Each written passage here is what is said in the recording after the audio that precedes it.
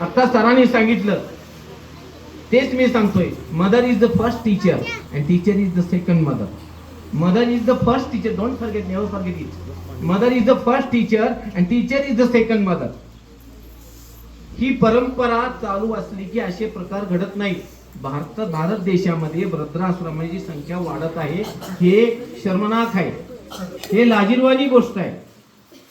आई वडिलांना न सांभाळता वृद्धाश्रमात ठेवणं ठीक आहे, तेही मान्य करू. पण अरे वडिलांचा खून करताय, आईचा खून करताय, कसं वाटतंय ऐकून तुम्हाला? ते सगळं राहून दे. मी सांगलीत राहतो आणि ज्यावेळी मी नागजमध्ये सर्व्हिसला होतो त्यावेळी एक पेपर वाचला. त्या दिवशीपासून मी व्याख्यान द्यायचं ठरवलं आणि देवानं ते यशस्वी केलं. आणि मी ट्रक ड्रायव्हर होतो. फक्त आणि फक्त माझ्या आईच्या आशीर्वादाने मी ट्रक ड्रायव्हरचा प्राध्यापक म्हणून आज 2 संस्थेचा मी चेअरमन झालोय. आज माझ्या संस्थेमध्ये 753 मुलं शिकतात. ह्यात ही ब्लेसिंग इज इनविजिबल पॉवर, ही अदृश्य शक्ती आहे, ही दिसत नाही. मोबाईलची रेंज कुठे दिसते? हे असते. आणि त्या आशीर्वादामुळं मी आज इथं तुमच्या समोर आहे. तर सांगलीमध्ये एक घटना वाचली की एसटी स्टँडच्या पाठीमागे, मी तिथंच राहतोय सध्या, तर रुपेश पाटील नावाच्या मुलानं आईचा गळा दाबून खून केला. ती बातमी अंगून माझ्या अंगावर शहारे आले. डिटेलमध्ये वाचलं, मन अगदी सुन्न झालं. अहो, आई किती प्रेम करते आपल्यावर. तुमच्या घरामध्ये सगळी नाती गोती आहेत, भाऊ बहीण काका काकी मावशी सगळे there are lot of relation. पण आई जितकं प्रेम करते तितकं कुठलंही तुमचं नातं तुमच्यावर प्रेम करू शकतच नाही. याचं एक उदाहरण सांगतो. एक लहान मूल पावसातनं भिजून आलं होतं. भिजून आल्यावर पहिल्यांदा बहीण गेली आणि म्हणली, मूर्खा, लाज वाटत नाही तुला? छत्री पित्री घेऊन जायला येत नाही का? भिजत आलाय ती. बहिणीचं प्रेम असू दे. पुन्हा वडील गेले, अरे नालायका, निदान आडोशाला तर तू उभा राहायची, एवढी सुद्धा अक्कल नाही तुला? तेही रागवले. शेवटी आई आली आणि आईनं काय केलं? आईनं पटकन त्याचा हात धरून जवळ घेतलं आणि आपल्या पदाराने ते डोकं पुसत काय म्हणाली, मेल्या पावसाला ती यायची हीच वेळ होती का? मेल्या पावसाला मी यायची हीच वेळ होती का? तिन्हींचे उद्गार बघा. म्हणजे आईने त्या लेकरावर दोष न ठेवता त्या पावसाला दोष दिला. हो, म्हणून मी सांगतो, none can love you as your mother love you. कोण प्रेम करू शकत नाही. आणि तशा आईचा रुपेश पाटील नावाच्या मुलानं गळा दाबून खून केला. 15 तोळं सोनं आई देत नाही म्हणून. त्यावेळी जी घटना घडली त्यावेळी 30,000 रुपये तोडं होते, 4.5 लाख होते. आणि एक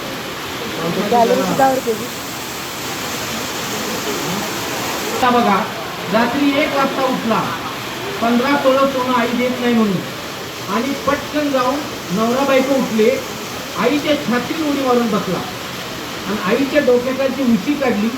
दोन्ही गुडघे आईच्या रट्ट्यावर ठेवले. रात्री 1 वाजले होते आणि बायकोनं पाठीमागं पाय धरले जाम अक्कल म्हणून, आणि दोन्ही हाताने ती उशी घातली, आईची तोंडावर दाबली. आईला काय सत्य घटना ही काल्पनिक नाही, थापा नाही, त्या चांगली घडलेली आहे. आपला जिल्हा आहे सांगली, नाव रुपेश पाटील. आणि त्याला इतक्या जोरात दाबला आईला की तडपडून धडपडून शेवटी त्या माऊलीने प्राण सोडला. इतका पाऊस असून सुद्धा ही घटना ऐकून तुमचं मन सुन्न झालंय का? तर तुम्ही तुमच्या आईवर प्रेम करता. अहो, फार तर रागाच्या भरात आईला उलट बोलला असेल, त्याच्याही पलीकडे आईला एखादा शिवी दिली असेल, त्याच्याही पलीकडे फार करू नये पण कोण आईला एखादा फटका मारला असेल, आईला सांभाळला नसेल, पण आईचा फोन करतोय, मारलं ते ना आईला. काय वाटत असेल त्याला? हो, ज्या माऊलीनं आपल्या हातात घेऊन आपल्या छातीचं दूध पाजलं, त्याचे मुक्के घेतले, रात्री जागून काढल्या, त्याला माहित होतं का हे अस्तीन का साप आहे? जी मी त्याला दूध पाजते ते दूध होऊन तिथं विष बनायला लागले, ते मला मारायला लागले. आता तो रुपेश त्याची मुक्की घेतली असेल लहानपणी, त्याचं सर्व केलं असेल त्यानं, आणि त्याचा हे फळ, हे मन सुन्न झालं. मग एक एक्झाम्पल सांगा की हा रुपेश पाटील 10वीला असेल नाही तुमच्या त्याचे शिक्षण BA होतं ते सांगायचं विसरलं. BA म्हणजे 15वी आर्ट. तो 15वी पास होता म्हणजे 10वीतून गेला असेल. 10वीला मुलं भाषण करतात. आमच्या शिक्षकाने आम्हाला असं घडवलं जसं कुंभार मडक्याला घडवतो, मडक्याला मातीला आकार देऊन मडकं करतो, तसं आमच्या शिक्षकांनी जीवनाला आकार दिला. आम्ही आमच्या सरांचं नाव उज्ज्वल करू, शाळेचं नाव उज्ज्वल करू, आमच्या गावाचं देशाचं नाव उज्ज्वल करू. मग एक प्रश्न विचारतो मी, एक मिनिट मी निघायचं का बाळा तू? तर एक प्रश्न विचारतो, त्या रुपेशला शिकवणारे 1ली पासून 10वी पर्यंत शिक्षक ओळीने जर उभा जसे आमच्या इथं शिक्षकगण बसलेले आहेत, त्याला कॉलेजमध्ये शिकवणारे प्रोफेसर, सर, गुरुजी, सगळ्यांना एक प्रश्न विचारतो मी की गुरुजी, सर, प्रोफेसर, तुमचा विद्यार्थी रुपेश पाटील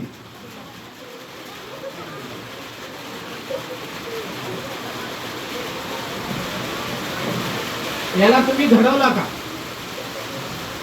काय गुरुजींचं उत्तर येईल? तुमच्या रुपेश पाटलांना आईचा फोन केलाय तुमच्या विद्यार्थ्यानं. हे का घडतंय असं? अनेक कात्र सगळी आणली नाहीत मी.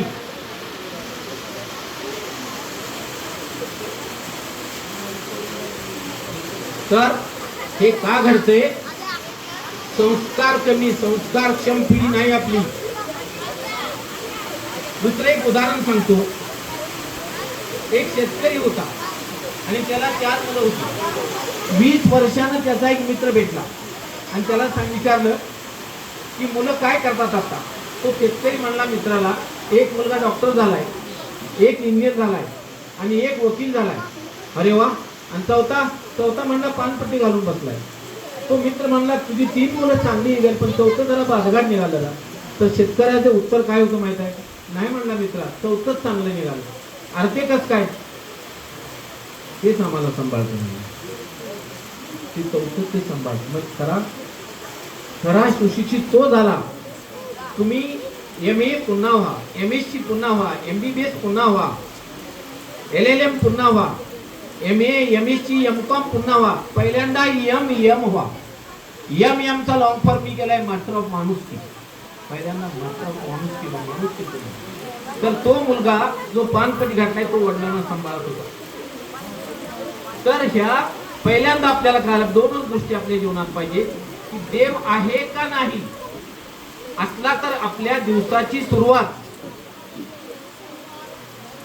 ही ईश्वराच्या नामस्मरणानं झाली पाहिजे असं आपल्या घरात सांगतात. त्यावेळी मनावर संस्कार होतात. मला सांगा, मनशांती म्हणजे काय? मनाला मिळणारी शांती.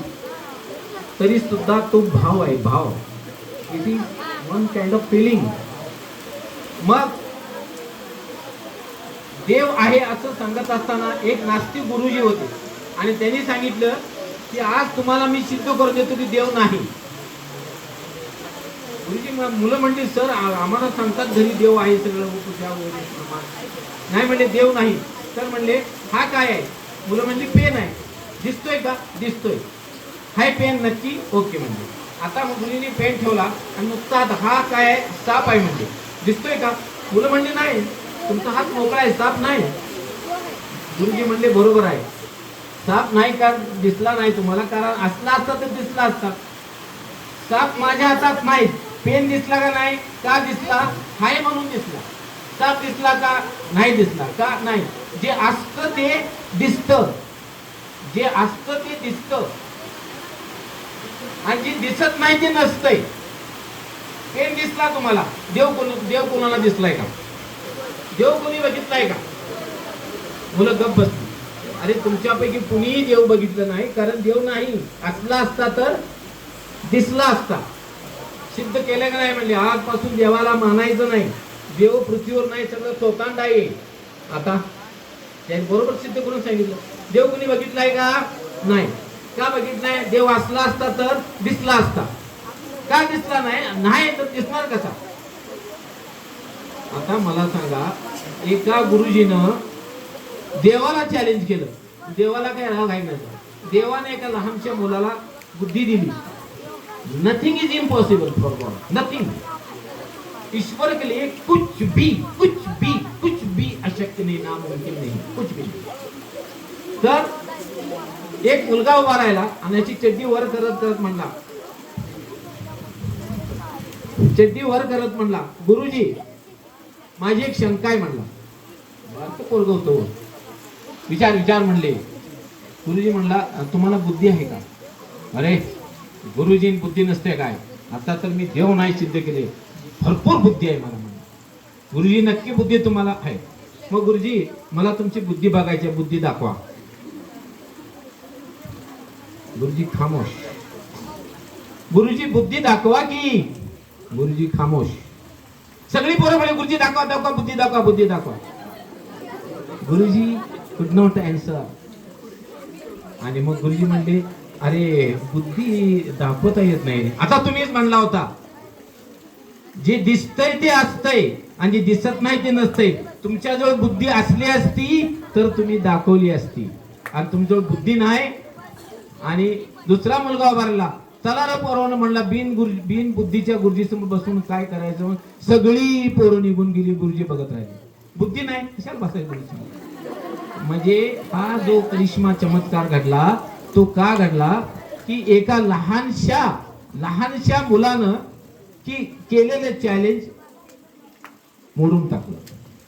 दुसरी गोष्ट सांगतो तुम्हाला की हे शरीर, फक्त आपल्या शरीराकडे बघितलं की देवाचं अस्तित्व आपण स्वीकारू शकतो.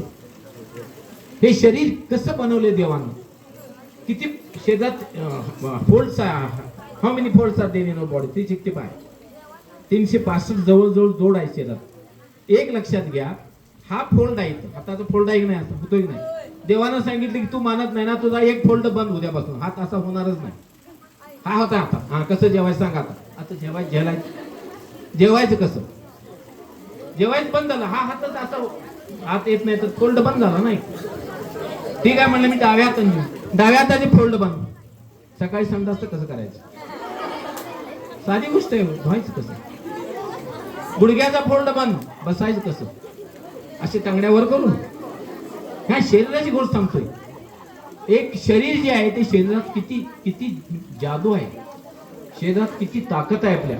झोप, मला सांगा, कोणी सांगा, तुम्ही काल कितीला झोपला? कोणी सांग सर मी रात्री 11ला झोपलो. नाही, करेक्ट सांग सर मी 11 वाजून करेक्ट 7 मिनिटांनी झोपलो. ठीक आहे. कितीला उठला?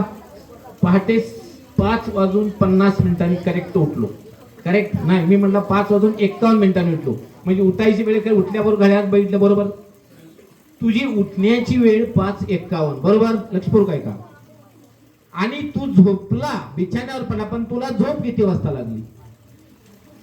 झोप लागली किती वाजता? None can answer this question in the world. झोप किती वाजता लागते कोणी सांगू शकणार नाही, मी नाही, कोण नाही. झोप लागली प्रतिक्षिप्त क्रिया हो, कळत नाही आपल्याला. ही झोप लागते. आणि झोप ही अशी गोष्ट आहे की आत्रे म्हणतात की झोपेची किंमत कधी कळते माहिती आहे का? ज्यावेळी आपल्याला झोप कमी मिळाली कळते बघा झोपेची किंमत काय. म्हणून आत्रेयांनी एक फार सुंदर कोटेशन केले प्रत्येक आत्रे. ते काय म्हणतात? डिस्चार्ज झालेली शरीररूपी बॅटरी, डिस्चार्ज झालेली शरीररूपी बॅटरी रिचार्ज करण्यासाठी, डिस्चार्ज झालेली शरीररूपी बॅटरी रिचार्ज करण्यासाठी निसर्गाने केलेली योजना म्हणजे झोप होय. What definition defined by mister Atre. तर मित्र की आता आज या ठिकाणी सगळे जे गुरुवारे ऑल आर वेल एज्युकेटेड. कोणी MA आहे, कोणी MSc आहे, BSc आहे. काय आता ज्यांनी MA केले, काय फॉर एक्झाम्पल आपण MA हिंदीतलं उदाहरण घेऊया. काय तर MA हिंदीला ज्या कविता असतात ज्याच्यावर स्टडी, म्हणजे MA ला म्हणजे BA नंतरच्या म्हणजे 15वी 16वी 17वीला, तर त्या जे कविता असतात त्याचे कवीचं शिक्षण किती झालं पाहिजे? त्याला अभ्यास करणारी मुलं MA 17वीला असतात तर त्या कवीची PhD झाली पाहिजे का नको? तर त्यामध्ये एक कविता होती, लाली मेरे लाल की जित देखू तित लाल, लाली देखन मैं गई तो मैं भी हो गई लाल, मेरा मुझ में कुछ नहीं जो कुछ है सो तेरा है, तेरा तुझको सौंपता क्या लागे है मेरा. लाली मेरे लाल की जित देखू तित लाल, लाली देखन मैं गई तो मैं भी हो गई लाल, लाल या शब्दाचा अनुप्रास अलंकार इतका सुंदर उपयोग केलाय, त्या माणसाचं शिक्षण शून्य. महात्मा कबीर. आश्चर्यजनक गोष्ट है. खुदा कहता है कि मैं जिसे प्रतिभा देना चाहता हूँ उसे एजुकेशन की भी जरूरत नहीं, क्योंकि मैं खुदा हूँ, मैं ईश्वर हूँ, मैं भगवान, मैं कुछ भी कर सकता हूँ, कुछ भी. मराठीतली एक गोष्ट सांगतो तुम्हाला. मी मराठीला कविता असतात, त्यातली एक कविता अशी आहे, तुम्ही ऐकली असेल. तुला दिले रे देवान 2 हात 10 बोट, त्याची इवलीशी चोच, त्याचे इवलेसे पाय. तुला दिले रे देवान 2 हात 10 बोट, त्याची इवलीशी चोच, त्याचे इवलेसे पाय. पूर्ण सांगत नाही मी, तर एक तात्पर्य काय की ही इतकी कल्पना, त्याची इवलीशी चोच, ही प्रतिभा काय लहानशी नाही, तो नाजूक असतो पक्षी. तिथे शब्द प्रयोग कसा केला बहिणाबाईंनी, ते कवित्रीचं नाव बहिणाबाई चौधरी. त्यांच्या कविता MA ला आहेत. त्यांचं शिक्षण किती झालं पाहिजे होतं? आज MA ला असणाऱ्या ज्या कवींच्या कविता, ज्या लेखकांचे धडे अभ्यासाला टाकायला त्यांचं शिक्षण जास्त पाहिजे का नको? आज मला सांगा की MBBS च्या मुलांना शिकवणारे जे शिक्षक आहेत ते PhD पाहिजेत का नको? आज तुम्हाला शिकवणारे 10वी असते तर ते सगळे ग्रॅज्युएट, पोस्ट ग्रॅज्युएट आहेत, त्याशिवाय तुम्हाला शिकू शकत नाही. आणि त्या बहिणाबाई चौधरीचं शिक्षण शून्य. जात्यावर बसून पहाटे ही बाई कविता म्हणायची, तिच्या दिरानं का पुतण्यानं कोणतं लिहून घेतलं आणि ते प्रसिद्ध केलं, आणि त्या कविता MA ला आहेत. हा काय? हा निसर्गाचा चमत्कार नाही? Definite it is the miracle of nature. तर मित्र हो, एक दुसरा एक उदाहरण सांगतो. हे झालं प्रतिभेचं. एक पूर्वीच्या काळी आश्रमात, असं हायस्कूलमध्ये शिक्षण नसायचं, आश्रमात शिक्षण असायचं. आणि एक विद्वान तयार झाला, आणि पूर्वीच्या काळी होता शिकला की आता मुलगा पॅन्ट शर्ट वगैरे घालून, इनशर्ट करून वगैरे टाय लावून येतो. पूर्वीच्या काळी कसं असायचं की टक्कल असायचं, पूर्ण एक शेंडी असायची आश्रमातली, आणि विद्वान समाजात त्याला जे टक्कल आणि शेंडी आहे आणि ते शबन म्हणून एक बॅग अडकवायची. असा आश्रमातून एक विद्यार्थी विद्वान होऊन बाहेर पडला आणि सहज फिरत फिरत बागेत गेला. बागेत ज्यावर त्यानं काय पाहिलं? एक कलिंगड पाहिलं. काय पाहिलं? एक कलिंगड. कलिंगड पाहिल्यावर त्यानं बघितलं, अरे या कलिंगडाची वेल एवढी नाजूक आहे आणि कलिंगड एवढं मोठं आहे, बरोबर नाही म्हणला. फळ एवढं मोठं आणि त्याचं झाड इतकं नाजूक. पुन्हा पुढं वर बघतो तर आंब्याचं झाड, झाड एकदम अवाढव्य मोठं आणि एवढं एवढं फळ पेरू सारखं. म्हणलं झाड मोठं फळ बारीक, झाड बारीक फळ मोठं. पटकन म्हणला God has know the idea of proportion. देवाला म्हणला आकाराची अक्कलच आयडिया नाही. देवाची चूक काढली म्हणला पट्ट्यानं. उगाच विद्वान झालोय का म्हणला मी? देवाची चूक काढली म्हणला. कलिंगड एवढं मोठ्याच्या मोठं केलं, तिची वेल एवढी नाजूक आहे आणि इतकं मोठ्याच्या मोठं झाड आणि त्याचं फळ एवढं एवढं बारीक. हे असं कुठं असतं का? चूक आहे देवाची. देवा तुझी चूक काढली म्हणला. आणि झाडाखाली आंब्याच्या बसला. आंबे खूप लागले होते वर, आणि त्याने तो डोक्यावरची टोपी काढून खाली ठेवली आणि पेन लिहायला घेतला. ती बोरू होता पूर्वीच्या काळी, आणि त्या कागदावर त्यानं, आपण डिअर फादर म्हणत नाही, डिअर मदर, तसं त्याने लिहिलं. इंग्लिशमध्ये धडा होता, डिअर विष्णू. विष्णूला पत्र लिहायचं ठरलं. काय? तुझी चूक काढल्या. डिअर विष्णू म्हणल्याबरोबर जसं गुरुजींची देवानं जिरवली कशा पद्धतीनं, आता देव ह्याची कशी जिरवते बघा. डिअर विष्णू म्हणल्याबरोबर जोराचा वारा सुटला, आणि वारा सुटल्याबरोबर वरचा एक असा टम दिश मोठाच्या मोठा आंबा, हिरवा गार, 7 दिशी एका मागणे 2 3 थडा थडा थडा टाकला होता. टाकल्यावर आंबे पडल्यावर आई आई आई आई आई मेलो. डोळं झाकलं, कळ आली, हात लावला, कुठलं पत्र लिहिते? त्या बघितलं आणि पुन्हा बघितलं त्या कलंगड्याकडे. अरे म्हणला या कलंगड्याचा आकार, आंब्याचा आकार जर कलंगड्या एवढा असता तर माझ्या टकलाचं काय झालं असतं? बरोबर आहे म्हणलं. देवापत्र फाडून टाकलं. What would happen? The the size of watermelon is equal to that shape of mango. म्हणलं देवाचं बरोबर, देवाची माप. देवानं सगळं जितल्या तर केलं. फार उदाहरण नाहीत, पण सगळं सांगत बसत नाही. तर दुसरी एक गोष्ट, आमच्या घराजवळ एक माणूस आला होता. तो म्हणला देव नाही. मी त्याला एक उदाहरण, माझ्या स्वतःच्या घरात मी म्हणलं मोटर चालू होती पाण्याची. मी म्हणलं हे मोटर चालू केलं, पाणी कुठं जाते? वर 3ऱ्या मजल्यावर, तिथून पाणी खाली येते, बरोबर. आणि मोटर बंद केली, पाणी जाणार नाही म्हणून मग मला सांग, म्हणलं मोटरीशिवाय पाणी जातंय का? नाही जात. मोटरीशिवाय पाणी वर जातंय का? नाही जात. मग तिथं नळाला झाड आहे आमच्यात. म्हणजे या नळात पाणी आहे, इथं कुठे मोटर आहे? ते पाणी वर कसं जातंय? हा जे पाणी कसं वर जातंय ना, ही शक्ती आहे ना, ही शक्ती it is called God, Allah, Bhagwan, whatever मी. तर दुसरी एक गोष्ट गंमतशी सांगतो तुम्हाला की मी बीएडला असताना, फार वर्षापूर्वीची गोष्ट आहे, 1986ची, म्हणजे बघा 14 आणि 25 39 वर्षाची गोष्ट आहे. त्यावेळी मी बीएडला असताना कोल्हापूरच्या अंबाबाईची दागिनी चोरीला गेली होती आणि आमच्यात एक परिसंवाद होता की देव आहे आणि देव नाही. 3 विद्यार्थी त्या बाजूला होते, एक मुलगी 2 मुलं आणि इकडेही एक मुलगी 2 मुलं, आणि देव आईच्या बाजूने आम्ही होतो. आणि त्यांनी एक मुद्दा, एक तुटका सांगतो फक्त, त्यांनी सांगितले की देव नाही, कारण कालच आपल्या कोल्हापूरच्या अंबाबाईची दागिने चोरीला गेले. कोणा चोरीला गेले? अंबाबाईच्या. ज्या देवाला स्वतःच्या दागिन्याचं रक्षण करता येत नाही, तो माणसाचं काय रक्षण करणार?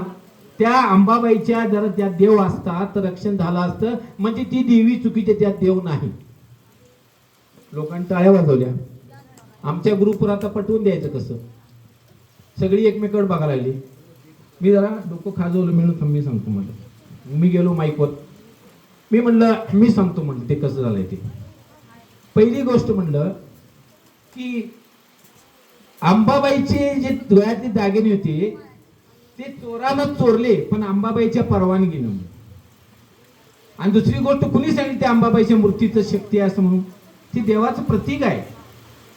आणि त्या समजा एका चोराने गेला असेल, देवी सगळीकडे मारून, जिथे पोलीस आहेत, मला काही चोरता येत नाही, आणि माझी मुलं बाळा घरात उपाशी मारला, पोरींची लग्न थांबले ती, आणि मला आज तुझे दागिने घेऊन जातो, मला माफ कर.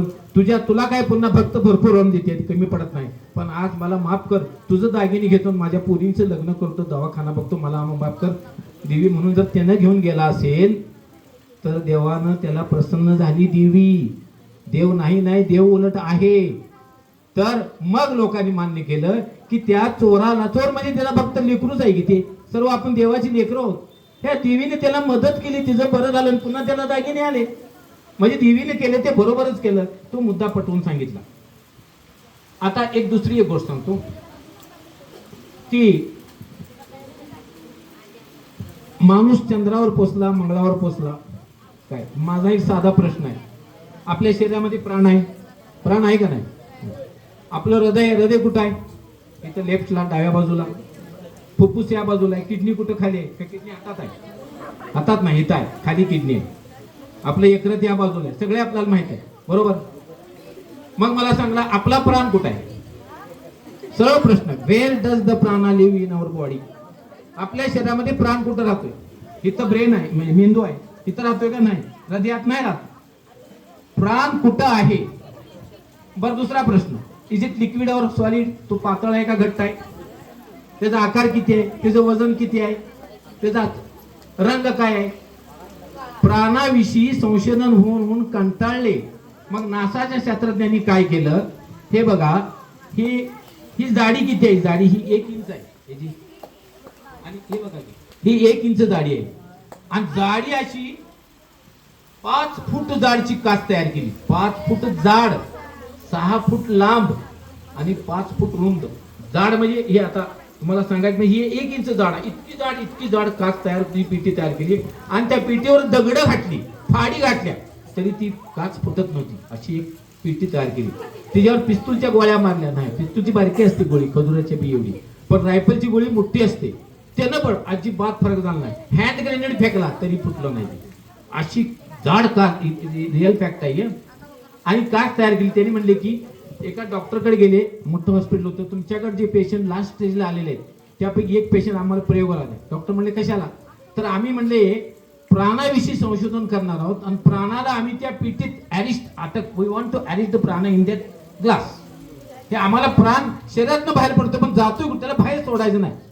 का असं करताय? तर आमचा प्रयोग असा आहे म्हणले की प्राण शरीरातनं बाहेर गेला की तो कुठं जात असेल, त्याला सोडायचाच नाही बाहेर. त्या प्राणाला त्या पेटीतच ठेवायचा.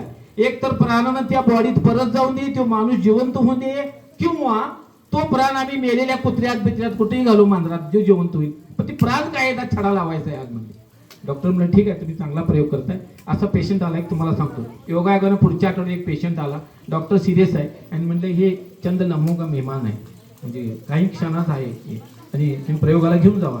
आणि त्याला प्रयोगाला घेऊन गेले. त्या पेटीत त्याला ठेवला, वरनं काच बीस केमिकल लावून पॅक केली.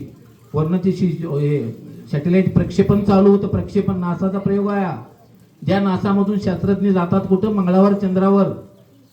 आणि सगळे असे बघायला आले की आज आम्ही ह्या प्राणाला अटक करणार, ह्या पेटीतनं त्याला बाहेर सोडणार नाही. कुठं जातो बघायचंच आहे. पेटी तर एकदम घट्ट आहे, पातळ नाही. 5 फूट जाड पेटी बनवली आणि वर कॅमेरा लावला.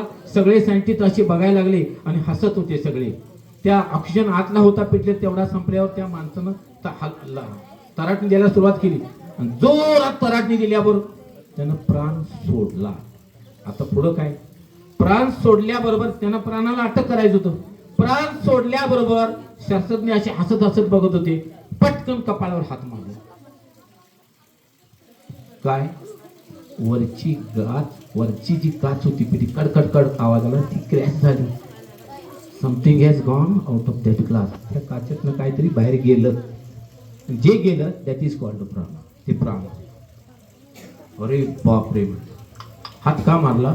इतकी मोठी काच जी मोठ्या फाडीनं फुटत नव्हती, बंदुकीच्या गोळीनं फुटत नव्हती, ती काच काय गेलं कोणा, ती काच क्रॅश झाली. कडकडकड आवाजून तडकली काच आणि वर गेली काहीतरी.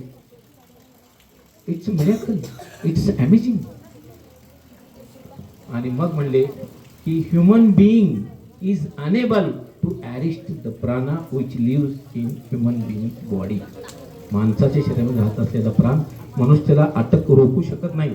पण निष्कर्ष काय काढला बघा, की हा जो काही प्राण आहे तो सॉलिड आहे का लिक्विड आहे माहित नाही, पण ती जायची दिशा वर आहे. कारण एकच काच क्रॅश झाली वरची, म्हणजे वर गेलं कुठं तरी ते. त्याचं वजन 50 ग्रॅम आहे. म्हणजे कसं काढलं वजन, बिफोर आफ्टर. अगोदर बॉडीचं वजन केलं होतं, पुन्हा वजन केलं, 50 ग्रॅम कमी आलं आणि आंबूस असा वास आला.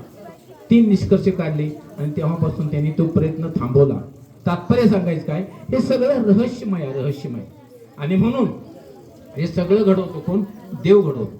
पण काय लोक देवाला मानत नव्हते. एक राजा होता आणि राजा दरबारात एक साधू आला आणि तो म्हणला, राजा मला असं ऐकायला मिळालं तू देवाला मानत नाही. नाही मानत नाही म्हणला मी. अरे हा सगळा सृष्टीचा करता करविता निर्माता देव आहे, तू मानायला पाहिजे त्याला. नाही म्हणला, देव जीवन देतो, मी बी पोरं मला बी झाली, मी बी पैदा केली. देव मृत्यू देतो, मी बी तलवारीने कोणाचे मुंडकं छाटतोय, मी बी मृत्यू देतोय, मीच देव आहे म्हणला. मी देव आहे आणि मी देवाला मानत नाही म्हणला. नाही म्हणला, तुझं चुकीचं आहे. माझं बरोबर आहे म्हणला. राजा मला देव मानणार आहेस त्याला सांग. ते साधू महाराज म्हणले, मी तुला देव मानत नाही म्हणला, अजिबात मानत नाही म्हणलं. राजा राग आला आणि त्याला पटकन ओढत गावाच्या बाहेर काढलं. त्या झोपडीत जाऊन त्याला तो बिचारा थांबला. जशी देवाची इच्छा म्हणला तो गेला. संध्याकाळी राजा झोपला. पुढे गंमत बघा, कसं देवाचा चमत्कार दाखवायला लागलो मी. सकाळी उठल्याबरोबर राजा गडागडा लोळायला लागला. राजाच्या पोटात लई दुखायला लागलं. असं धरला इथे वरच्या पोटाच्या खाली बीबी जवळ आणि गडागडा लोळायला लागलं. महाराणी म्हणल्या, महाराज काय झालंय, पोटात लई दुखायला लागले, वैद्याला बोलवा. वैद्याला बोलवलं. वैद्य म्हणले, तुमची लघवी झाली का? तर नाही म्हणले. पाणी लघवीला जाऊन या. तर महाराज म्हणले, जाऊन लघवी होत नाही, लघवी पाणी प्यायला नसतं, पाणी प्या. आणि त्यांनी एक पाणी ग्लासभर घेतलं. थोड्या वेळ, आता जावा, नाही होत. पुन्हा तांब्याभर पाणी दिलं, आता जावा, नाही होत. पुन्हा 4-5 तांब्या पाणी पाजलं, आता जावा, नाही होत. आणि गडागडा लोळाला. वैद्य म्हणले, माझा जीव जातो, मला त्रास लई व्हायला लागलाय. काय? वैद्य म्हणले, तुमची जोपर्यंत लघवी साफ होत नाही तोपर्यंत पोटात दुखणारच, तुमच्या दुसरा इलाज नाही. तुम्ही लघवी अहो कितीदा बाथरूमला जाऊन कुतून मला कंटाळा आला. पाणी प्या. किती पाणी पाजून मारताय का? फार गच्च पोट भरलं. घागर पाजा म्हणले. आता कासांड्यानं पाणी पाजलं मित्र, हो कासांड्यानं, तरी काय लघवी होईना. मग राजा, देवा वाचव, देवा लोळा लागला गडागडा. प्रधानजी राज्यातले हुशार होते. ते म्हणले, महाराज एक सांगू का, रागवणार नसाल तर सांगा म्हणजे माझ्याकडे उपाय, लवकर सांगा उपाय. तुम्ही काल त्या साधूला बाहेर काढले की नाही, त्याच्याकडे जर जाऊन काय त्याचं काय चालतंय का बघू का. बघ म्हणले. महाराज प्रधानजी गेले साधूकडे. साधूला विचारलं, असं झालंय. साधू म्हणले, 2 मिनिटं चालू करतो लघवी. ठीक आहे म्हणले. मग करा की. आहे तसं फुकट नाही, फुकट करत नाही म्हणले. काय पैसे, किती पैसे पाहिजे? 1000, 10,000, लाख, 2 लाख, तसलं नाही म्हणले. मग तुझ्या राजाचं अर्ध राज्य पाहिजे म्हणले. काय पाहिजे? अर्ध राज्य. आता प्रधानजी कसे त्यांना अर्ध राज्य? प्रधानजी आले पळत, म्हणले महाराज ते अर्ध राज्य मागतोय. तेच म्हणले अर्ध राज्य माझं जाळ व्हायला लागलाय पोटात.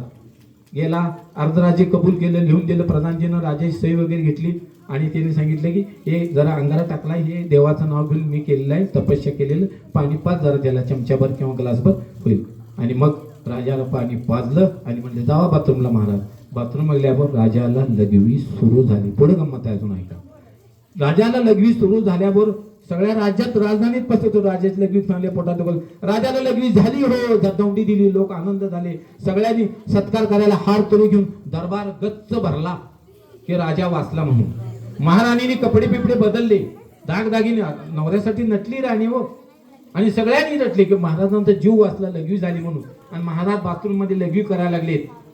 10 मिनिटं झाली, 15 मिनिटं झाली, 20 मिनिटं झाली आणि महाराणी म्हणल्या महाराज झाली की नाही, आता या की बाहेर. सगळे दरबार गच्च भरल्यात स्वागत करायला. अगं लघवी अजून चालूच आहे म्हणले. प्रधानजी म्हणले महाराणी त्यांनी जरा पाणी जास्त पिण्यामुळे तसं होऊन दे लघवी म्हणले. काय महाराज बाथरूम मध्ये आहेत. राणी साहेब असा हार घेऊन उभा राहिलाय तिथं, हार घेऊन. त्याच्या पाठीमागं प्रधानजी आहे, त्याच्या पाठीमागं सेनापती आहे, सगळे मंत्री एका महाराज आहे. चेष्टा आहे काय? आणि महाराज कुठं आहे? बाथरूम. अजून महाराज कपडे लोळलेले कपडे बदलायचे आहेत, वर टोप घालायचा आहे, घरात दागिने घालायचे आहेत, असं महाराज रुबा बसतो. आणि म्हणले अर्धा तास झाला, मी माझ्या घड्याला बघतो, तुम्हाला सोडायचं पाठला. आणि मग म्हणले महाराज अर्धा तास झाला. अरे झाला अर्धा तास, पण लघवी चालूच आहे, हे बंद होईल आता. महाराणी म्हणले पुन्हा पाऊण तास झाला. महाराणी म्हणले महाराज अहो या की बाहेर, लोक कटाळी, सगळं आंब्या द्यायला बसलीच कटाळ, वैतागली लोक. महाराज म्हणा अगं तुला फुकणे कुत्रे लाज वाटते का? माझी लघवी चालू असं मुतत मुतत बाहेर येऊ का मी? महाराज आहे मी, तुला लाज वाटते का म्हणले? लघवी चालू बाहेर या म्हणते मला. अगं ही लघवी थांबणार त्याचं बाकी की. प्रधानजी काय तू काय विचारता? प्रधान म्हणले प्रधान्या ही लघवी चालू केली त्या झक माऱ्या थांबवता. मग प्रधानजी म्हणजे जाऊ का ते जावा म्हणले. प्रधानजी त्या साधूकडे गेले आणि सांगितले की साधू महाराज अहो तुम्ही लघवी चालू केली पण ती बंद होई नाही की. बंद करतो म्हणले. मग करा की. पैसे आता कशाचे पैसे? नाही, राहिलेला अर्ध राज्य द्यायला पाहिजे. प्रधानजी गेले राजाकडे आले, म्हणजे महाराज आता राहिलेलं अर्ध राज्य मागतोय, दे जा म्हणले. अहो महाराज सगळं बाथरूम मध्ये बसून जगण्यापेक्षा भीक मागून खातो, पण मला नको म्हणले. प्रधानजी जायला लागले, तेवढ्यात बाथरूम मधून आवाज आला, प्रधानजी इकडे म्हणले. त्याला म्हणले की आता जी लघवी तो चालू करणार आहे तर पुन्हा कायमचीच आता बंद करणार आहे लघवी, तो कायमचीच बंद व्हायला नको, पुन्हा द्यायला माझ्याकडे काय नाही, संपलं आता सगळं. आता जे पहिलं होतं तुमचं प्रधान जे आहे तसं सगळ्यांचं आहे तसं माझं चालू बंद करा, नॅचरल करा माझं, असं सांगा, पुन्हा द्यायला काय नाही. ठीक आहे म्हणले. लिहून दिलं, सगळं राज्य दिलं, पुन्हा त्याला ते अंगारा वगैरे काय असेल ते दिलं त्याला. आणि महाराजांची लघवी थांबली. लघवी थांबल्यावर महाराज उठायला येईना, आत्म प्रधानजीने उठवलं. महाराज की जय, कशा जय माती जय, काय जय बी काय नको मला. महाराणी साधू आले दरबारात. महाराज कुठं आहेत? तर आहे तिथं बाथरूम मधनं बाहेर आले. त्यांना सांगा की आजपासून ते महाराज आहेत, महाराज मी आहे.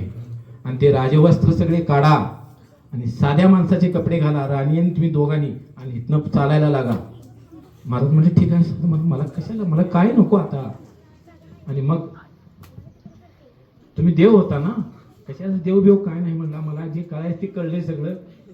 ठीक आहे म्हणला. आणि आता कपडे घातले साधे. साधू महाराज नमस्कार मी जातो म्हणला.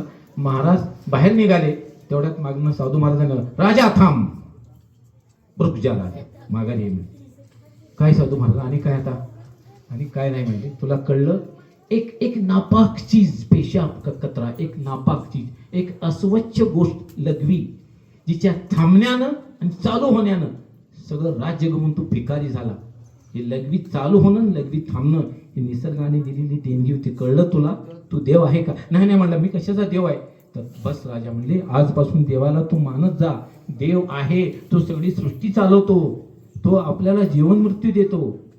आणि म्हणून आजपासून तूच राजा, फक्त तुला देवाला मला काय करायचं राजगद्दी. आणि तिरुतीला राजगद्दी सोपवली आणि साधू महाराज निघून गेले.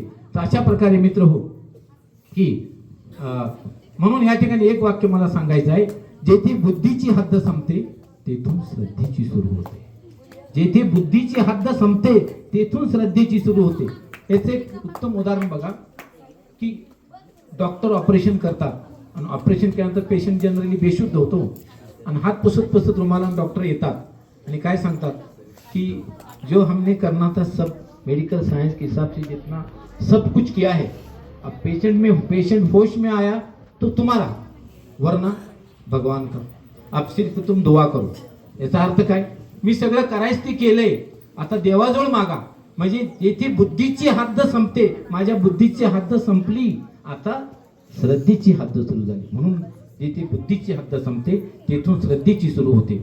तर मित्र हो, एक शॉर्ट सांगतो शेवटचा, आणि ह्या ठिकाणी दुसरा टॉपिक घ्यायचा आहे मला, की एक डॉक्टर होते आणि डॉक्टर काय करायचे की मला हे देव भजन नमाज ही पूजा त्या थोतांडा मी मानत नाही, मला दवाखाना चालवायच्या, माझ्या पोरींची लग्न करायची आहेत, पोरांची लग्न करायची आहेत, भावंडाचं बघायचं आहे, आणि त्याला सारखी देव धार्मिक मान जाय, चला की मंदिरात, चला की मशिदीत, तो यायचा नाही. एक दिवशी तो चिडला आणि एक जो धर्मगुरू होता तो हुशार होता, तो धर्मगुरू डॉक्टर चिडले आणि डॉक्टर म्हणले काय सारखं येत आहे. तर धर्मगुरू म्हणले की तुम्ही फक्त एकदा 1 तास या, पुन्हा आयुष्यात तुम्हाला बोलवत नाही. प्रॉमिस लिहून द्या म्हणले. पुन्हा आमच्या दवाखान्याची पायरी त्याने मला हे देवाची पूजा बिजा नामस्मरण नमाज वगैरे असलं काय नको, मी काय येणार, लिहून देते 1 तास फक्त या. ठीक आहे म्हणजे 8:30ला दवाखाना पण 8:30ला डॉक्टर गेले. कुठे गेले, प्रार्थना घरात गेले. गेल्यावर तिने असं पांढरं कापड अंथरलं होतं आणि त्या पांढऱ्या कपड्यावर डॉक्टर झोपले. हे काय म्हणले, 1 तास तुम्ही आमच्या ताब्यात आहे, आम्ही तुमच्यावर प्रयोग करणार, तुम्ही इथं झोपा. वरनं एक पांढरं कापड अंतर. अरे काय लावलंय म्हणले, तुम्ही आता मेला आहात असं मी डिक्लेअर करणार आहे. पण का, आमचा प्रयोग आहे, तुम्हाला काय करायचं, 1 तास तुम्ही, आम्ही 1 तास जावं तुम्ही घरला. ठीक आहे म्हणले. डॉक्टर म्हणले बरं काय करायचं ते करा, मला काय फरक पडतोय. खाली एक पांढरं कापड अंथरलं, वर एक पांढरं कापड, पण हे कशाला करतो आपण, प्रेताला. आणि बाहेर दौंडी दिली की डॉक्टर प्रार्थना घरात आल्याबरोबर अटॅक आला आणि मेले. हे डॉक्टरांच्या घरात कळल्यावर डॉक्टरांची बायको, डॉक्टरांची आई, वडील, मुलं, भाऊ, बहिणी, शेजारी पाजारी, मित्र आले, छाती बडवतच बायको आली, देवा काय झालं, असे धडाधड. आता नवरा गेला म्हणल्यावर आई छाती बडवत आली आणि आई बेशुद्ध पडली. आईचे विषय, आईचा वडील छाती बडवत आले, सगळे मित्र म्हणले, मुली छाती, आमच्या पप्पांना नेलं, काय नेलं. आणि ती बायको डॉक्टरची म्हणली, किरडेवाल्या कशाला माझ्या नवऱ्याला इथं आणलं, पहिल्यांदा देवाकडनं देवाला त्याला उचललं, आज तुझ्या देवातलंही मला विधवा करून टाकलंस तू, लाज वाटत नाही तुला. म्हणली तुला देवाचा पुळका असेल तर जिवंत करून दाखव की. आता वहिनी माझी काही चुकी नाही, आता त्यांना अटॅक आला, मी काय मला सांगू नकोस म्हणली, तू किरडीवाल्या कुत्र्या शिव्या दिल्या त्याला. पण ठीक आहे वहिनी शिव्या देऊ नका, मी जरा देवाची प्रार्थना करतो. त्यानं 1-2 मिनिटं प्रार्थना केली आणि एक ग्लास पाणी घेतली, त्याला अशी फुंकर मारली. म्हणलं वहिनी मला देवानं कानात सांगितले की तुमचा नवरा जिवंत होतोय. आणि पहिले काय वाटत सज्जन, माझ्या त्याच्या वाटणीचं बाप म्हणला, त्याच्या वाटणीचं मला नाहीच नाही का देवा, पिकलं पान होतं. पोरी म्हणल्या आमच्या पप्पाजीने मला नाहीच नाही का, बायको म्हणली देवा मला नाहीच होतं, पोरांचा बाप कशाला नेला. पित्र म्हणले लय चांगला माणूस होता. मग ते धर्मगुरू आले, तिने म्हणले हे पाणी देवानं मला कानात सांगितले, हे पाणी तुमचा नवरा जिवंत होते. जिवंत का, तसं नाही म्हणले, हे पाणी वहिनी तुम्ही प्या, म्हणजे तुम्ही मरताय. तुम्ही म्हणला नाही मग त्याच्या वाटणीचं मला नाहीच नाही का, मग तुम्ही पाणी प्या, तुम्ही मरताय, तुमचे पती जिवंत होतात. घ्या की. नाही तसं म्हणली होती, म्हणली पण काय आहे, पोरासनी आई पाहिजे की, तसं कसं. अहो पण तुम्ही छाती पडवतो, नाही पण आई पाहिजे, असं लेकरं आहे ती माझी. पुन्हा बापाजवळ गेले, म्हणलं आजोबा तुम्ही मगाशी पिकलं पाणी घ्या, पाणी म्हणजे तुमचा मुलगा जिवंत होतोय. अरे सगळं खरं आहे म्हणले, पण अजून माझ्या काय काय पर्यंत लग्न आहे ती बघायची आहे, ती मला अजून बघायचं आहे. आणि वडील सरले मागं. मुली ते म्हणले पाणी प्या तुम्ही बाळानो. नाही म्हणले आमचं अजून व्हायला जायचं आहे ना, तसं कसं पाणी पिणार. एक जण सुना, nobody was ready to, ते पाणी प्यायला कोण तयार, फक्त आई बेशुद्ध पडली होती. आणि मग शेवटी सगळ्यांनी मागं सरले आणि कोणी पाणी प्यायला तयार नाही. आणि मग धर्मगुरू म्हणले ठीक आहे म्हणले, हे सगळं डॉक्टर आत्मा ऐकायला लागलेत, ही सगळी प्रेम करणाऱ्या माणसाचं बेगडी प्रेम कसं आहे. सगळेजण पिकलं पान, वडील सुद्धा म्हणतोय की अजून मला पोरांची लग्न बघायची आहेत, म्हणजे मी काय पाणी पेत नाही, पोरगा मेला तर म्हणून तिकडं. पहिल्यांदा काय छाती बडवून घेत होते. मग धर्मगुरू म्हणले मीच पाणी पितो आणि तुमचा जिवंत होईल. ते पाणी पिले आणि त्याने वरचं कापड काढलं. 1 तास झाला होता आणि डॉक्टरला म्हणले उठा आणि तुम्ही जावा आणि पुन्हा तुम्ही प्रार्थना करा, देवाकडे येऊ नका. नाही नाही म्हणला, इथनं पुढे मी रोज येणार. मला कळलं काय प्रेम असते, कोणाचं काय सगळं बिगडी आहे. तात्पर्य सांगायचं की आपल्या दिवसाची दिनचर्या ही ईश्वराच्या नामस्मरणातून झालीच पाहिजे. दुसरं कुठंही तुम्ही मनशांती मिळवू शकत नाही. मनशांती बघा, तुम्ही विठ्ठलाच्या ह्याला जाणारी जी वारकरी मंडळी असतात त्यांची मनशांती बघा, मशिदीत नमाज पडणाऱ्यांची मनशांती असते, त्यांना पीस ऑफ माइंड असते. अहो मला सांगा, पैशावर जर मनशांती असती, पैशावर जर सुख असतं, तर आज सगळ्यात जास्त जगातलं श्रीमंत राष्ट्र अमेरिका आहे. सगळ्यात जास्त कथानक काय घडलंय माहित आहे तुम्हाला? पंढरपूरचं कथानक काय घडलेलं आहे? तर एकदा काय झालं, भक्त पुंडलिक आई वडिलांची पाय चेपत होता आणि त्याची परीक्षा घ्यायला विठ्ठल आले. आणि विठ्ठल, मग आता देवाला एवढं कळत नाही का आपण दर्शनाला पुढे उभा राहिले, विठ्ठल पाठीमागे उभा राहिले आणि पुंडलिकाला म्हणाले, हे भक्ता तू माझा धावा करतोयस, मी तुला दर्शन द्यायला आलोय. ठीक आहे म्हटला. देव पाठीमागे उभा राहिला. लक्ष्मण काय का पाठीमागे उभा राहिला, देव परीक्षा घ्यायची होती. बरं ठीक आहे देवा म्हणला, आई वडिलाची पाय चेपली, झोप लागली, तुमचं दर्शन घेतो. विठ्ठल तसेच उभा राहिले. अरे म्हणजे तुझ्या घरात आलोय मी, देव आहे आणि मला काय बसायला खुर्ची राहू दे, पण काय. तर त्याच्याकडे ईट, बांधकामाची ईट असते, ईट एक तुकडा दिला, ह्याच्यावर जरा बसा किंवा उभा राहा म्हणले. आणि ते एक वीट दिली, त्या विटेवर विठ्ठल उभा राहिले. आई वडिलांची झोप लागली आणि ज्यावेळी भक्त पुंडलिक ओढून बघतो तर इथं मूर्ती होती, स्वयंभू मूर्ती. आणि म्हणून म्हणतात विटेवरी उभा पांडुरंग. हा मेसेज आहे तो. आई वडिलांची सेवा करा. तुम्ही आई वडिलांची भरपूर सेवा करत असाल तर तुम्हाला पंढरपूरच्या विठ्ठलाचं दर्शन घ्यायला जायची आवश्यकता नाही. आणि आई वडिलांची सेवा करून जर गेला तर त्या दर्शन तुमचं सफल होईल. जो आई वडिलांची सेवा करत नाही, ज्यांचे आई वडील नाराज नाही, त्यांनी कधीही पंढरपूरला जाऊ नये असं माझं ठाम मत आहे. दुसरं उदाहरण सांगतो मुस्लिम धर्मातलं. मुस्लिम धर्माचे संस्थापक मोहम्मद पैगंबर सल्लल्लाहु अलैहि वसल्लम सांगितले की माँ के पैरों तले जन्नत है, बाप उसका दरवाजा है. माँ के पैरों तले जन्नत है, बाप उसका दरवाजा है. There is the heaven beneath your mother's feet and father is the door of that heaven. आईच्या पायाखाली स्वर्ग आहे, बाप त्याचा दरवाजा आहे. एकदा काय झालं, मोहम्मद पैगंबर एका शिष्याजवळ एक मुलगा आला आणि त्यांनी सांगितले की आई वडिलांना खांद्यावर घेऊन मी हज केलाय. ते काबा असतो ना, काबा, त्या काब्याला 7 फेरे मारायचे असतात त्यांच्यात, आणि ते मी फेरे मारले, मी आता आईच्या ऋणातून मुक्त झालो का? तर त्यांनी उत्तर दिलं पैगंबराच्या शिष्याने. त्यांनी म्हणले की तू आई वडिलाच्या ऋणातून मुक्त व्हायची भाषा करतोय. अहो म्हणलं, आई वडिलाला घेऊन मी फेरे मारले, त्यांची जे घाण करायचे, स्वच्छ आंघोळ घातली, पण मी फेरे पूर्ण केले, आता ऋणातून मुक्त झालो का? तुला माहित आहे का म्हणलं आईचे ऋण किती आहे? तुला 9 महिने 9 दिवस पोटात सांभाळलं. चालताना, बोलताना, हलताना, जेवताना, झोपताना त्या माऊलीला अनेक अनेक अनेक वेदना झाल्या. तिने हसत मुखानं सहन केल्या. तुझा जन्म होताना ती जनावरासारखं ओरडत होती आणि सगळं सहन केलं तिनं. तुझा जन्म झाल्यावर तू लहान होतास, आईच्या अंगावर तू संडास करायचा, सगळे नातेवाईक निघून जायचे, घाण वास येतोय, पण आईला वास आला, आईने ते स्वच्छ केलं. लगडी करायचं स्वच्छ केलं, तुझे कपडे धुतले, तुला जेवण केलं, तुझ्यासाठी रात्री जागून जागून काढल्या. थंडी वाजली की स्वतःची चादर तुझ्या अंगावर घालते ती आई. अरे तुझ्यासाठी हिमालयापेक्षा जास्त उपकार आहेत रे आईचे, आणि तू म्हणतो आईच्या ऋणातून मुक्त झालो का? तर ऐक त्याचं उत्तर आता सांगतो. त्याचं उत्तर असं आहे की तुझा जन्म होताना ज्या तुझ्या आईला असंख्य असंख्य वेदना झाल्या, ज्याला मराठी गावठी भाषेत आईला कळा आल्या, कळा म्हणतो. तुझा जन्म होताना तुझ्या आईला जी पहिली कळ आली होती, त्या पहिल्या कळेच्या उपकारातून ऋणातून तू मुक्त नाहीस मूर्खा. पुन्हा असं बोलू नकोस, जा इथून. मग तो गेला. तात्पर्य काय सांगायचं की माँ के पैरों तले जन्नत है, बाप उसका दरवाजा है. तर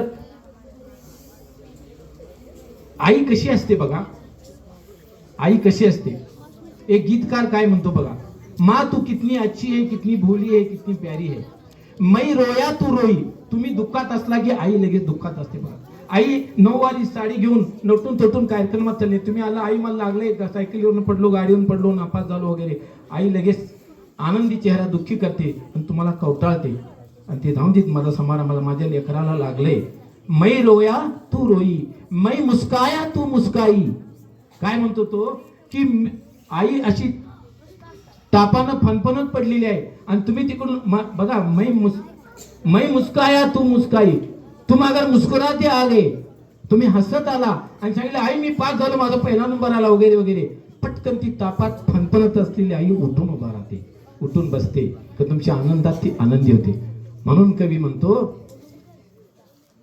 तू कितनी अच्छी है, कितनी प्यारी है, भोली भाली है, ओ माँ ओ माँ ओ माँ ओ माँ, अपना नहीं तुझे सुख दुख कोई, अपना नहीं तुझे सुख दुख कोई, मैं रोया तू रोई, मैं रोया तू रोई, मैं मुस्काया तू मुस्काई, मेरे रोने पे मेरे हंसने पे तू वारी वारी है, ओ माँ ओ माँ ओ माँ ओ माँ. अशी असते आई.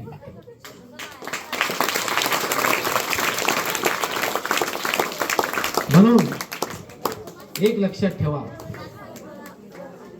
डोळे उघडून प्रेम करते, डोळे उघडून प्रेम करते ती पत्नी असते, डोळे उघडून प्रेम करते ती पत्नी असते, डोळे मिटून प्रेम करते ती प्रियसी असते, डोळे उघडून प्रेम करते ती पत्नी असते, डोळे मिटून प्रेम करते ती प्रियसी असते, आणि डोळे मिटेपर्यंत प्रेम करते ती आई असते, ती आई असते.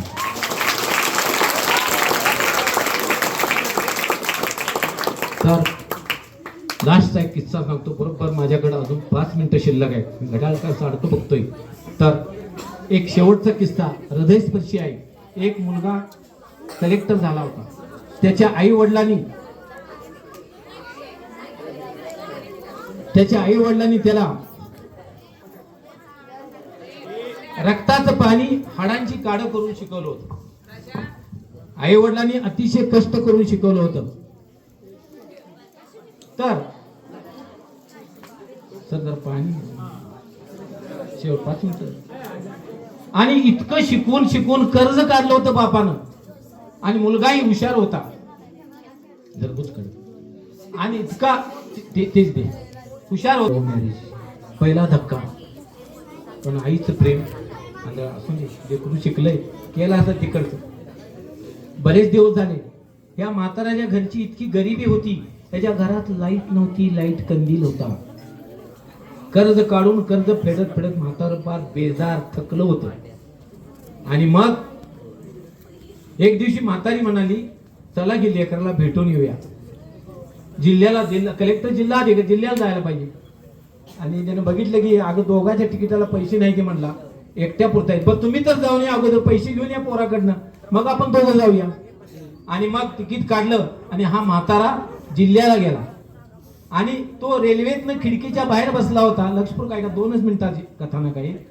आणि बाहेर बघत तो असं स्वप्न बघत होता, माझा मुलगा कलेक्टर, आता तिथे गेल्यावर काय रुबाब असेल, माझा सत्कार करल, माझी इज्जत करल, स्वाभिमानानं सांगेल हा माझा जन्मदाता बाप आहे, याच्यामुळे मी आज कलेक्टर झालो असं सांगल छाती टोकपणे, आणि मला पैसे देईल, कापड करल, सत्कार. अशी स्वप्न बघत बघत बघत डोळ्यात आनंदाश्रू होते. आनंदाश्रू मित्र 2 प्रकारचे अश्रू असतात, एक आनंदाचे आणि दुःखाचे.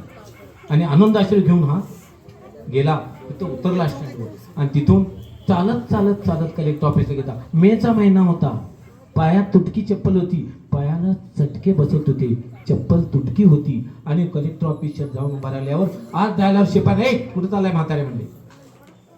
साहेबांनी कलेक्टर साहेबांचा जबाब तसं आहेच नाही. अरे मी कलेक्टरचा बाप आहे, असला बाप उभा राहा, असला बाप असतोय का म्हणले. काय नाव तुझं? चिठ्ठी लिहिली, आम्ही तर चिठ्ठी पाठवली. कलेक्टर साहेब आत होते, चिठ्ठी आत पाठवली. कलेक्टर साहेब डेप्युटी कलेक्टर म्हणजे काय म्हणतात उपजिल्हाधिकारी बरोबर मीटिंग होती त्यांची. आणि ती मीटिंग चालू असताना त्यांनी ती चिठ्ठी बघितली आणि चिठ्ठी टेबलवर ठेवली.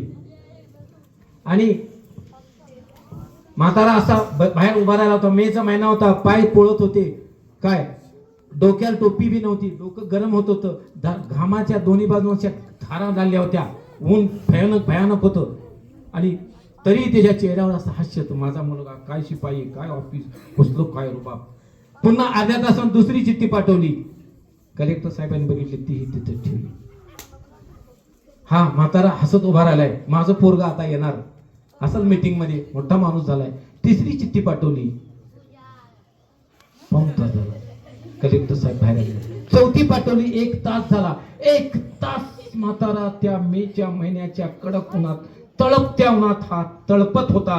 अशा घामाच्या धारा लागल्या होत्या, अंगची बंडी भिजली होती घामानं, तरी चेहऱ्यावर हास्य होतं. माझ्या पोराला बघायचं.